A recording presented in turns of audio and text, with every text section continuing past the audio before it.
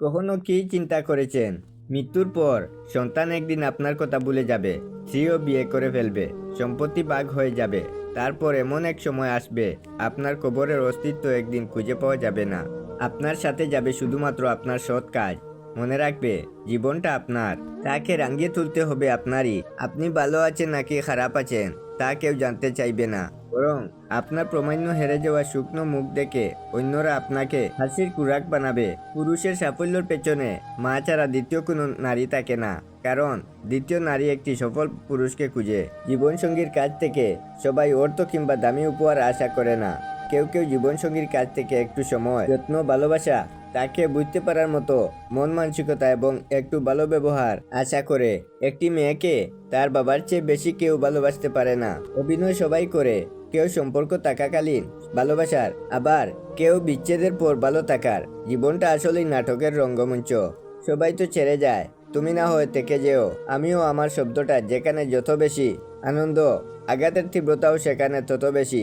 গাছের গোড়ায় জল দিলে যেমন সবচেয়ে উপরের পাতাটি জল পৌঁছে যায়, ঠিক তেমনি বাড়িতে ফকির মিসকিন এলে ছোট শিশুদের হাত দিয়ে সাহায্য করেন। এতে তারা দয়াশীল ও দয়াবান হওয়ার শিক্ষা পাবে। অভিমান ভাঙাতে যে পারে, সম্পর্কের মূল্য সে দিতে জানে। এই সমাজের চোখে টাকাই পুরুষের মেরুদণ্ড। যদি মনে হয় আপনি আপনার লক্ষ্য পৌঁছাতে পারছেন না, তবে আপনার চেষ্টা পরিবর্তন করুন, লক্ষ্য নয়। পৃথিবীতে মানুষ সবকিছু খুঁজে পায়, শুধু নিজের ভুল ছাড়া। অপেক্ষা তখনই সুন্দর হয় যখন তার শেষ থাকে।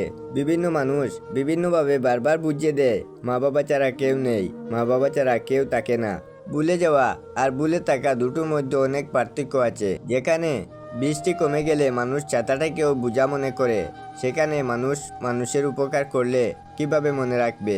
সময় মানুষকে বড্ড ব্যথা দেয়, তাই তো গড়িতে ফুল নয় কাটা থাকে। সবাই বলে বেশি আসলে নাকি কপালে দুঃখ আসে, তাহলে বেশি কাঁদলে কেন সুখ আসে না? সব মানুষ যেমন প্রিয় হয় না, তেমনি সব প্রিয়জন মানুষ হয় না জীবনে। চিরস্থায়ী হবে সেই প্রিয় মানুষ, জীবনকে যে সুন্দর বানাতে বাধ্য করবে সেই প্রিয় মানুষ। এই পৃথিবীতে কোনো কিছু চিরস্থায়ী নয়, সব কিছু পরিবর্তন হয়, আর সবচেয়ে বেশি এবং সবচেয়ে দ্রুত পরিবর্তন হয় মানুষের মন।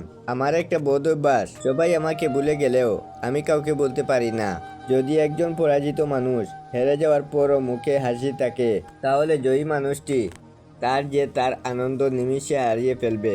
এটাই হলো হাসির আসল শক্তি।